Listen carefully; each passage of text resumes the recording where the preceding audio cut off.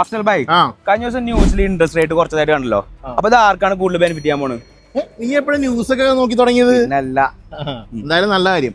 എന്താന്ന് പറഞ്ഞു കഴിഞ്ഞാല് US ഫെഡറൽ റിസർവിന്റെ ഇൻട്രസ്റ്റ് റേറ്റ് ആണ് നമ്മൾ ലോകത്ത് എല്ലാവരും ഉറ്റുനോക്കുന്നത്.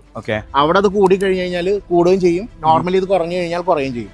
അപ്പൊ ഇപ്പോ UAE അത് കുറയാനുള്ള സാധ്യത ഉണ്ട്. എന്താ കാര്യം എന്ന് പറഞ്ഞു കഴിഞ്ഞാല് ഓൾറെഡി US ഡോളറും നമ്മുടെ UAE ദിർഹമായിട്ട് പെഗ്ഡ് ആണ്, കണക്റ്റഡ് ആണ്. അപ്പൊ അതുകൊണ്ടാണ് അത് കുറയാനുള്ള സാധ്യത വളരെ കൂടുതൽ. അപ്പൊ ഞാനൊന്ന് ക്രോസ് ചെക്ക് ചെയ്ത്, എന്റെ കുറച്ച് ഫ്രണ്ട്സ് ഇവിടെ വർക്ക് ചെയ്യുന്നുണ്ട് ബാങ്കിൽ.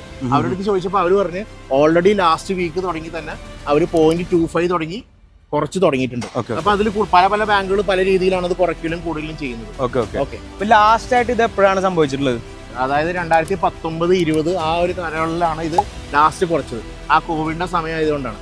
അപ്പൊ ഇപ്പൊ നല്ലൊരു റേറ്റ് കുറയാനുള്ള സാധ്യത വന്നിരിക്കുന്നത് 3 വർഷം കഴിഞ്ഞിട്ടാണ്. അപ്പൊ നമുക്ക് മോർഗേജ് ബയേഴ്സിന് ഏറ്റവും കൂടുതൽ ഒരു ഓപ്പർച്യൂണിറ്റി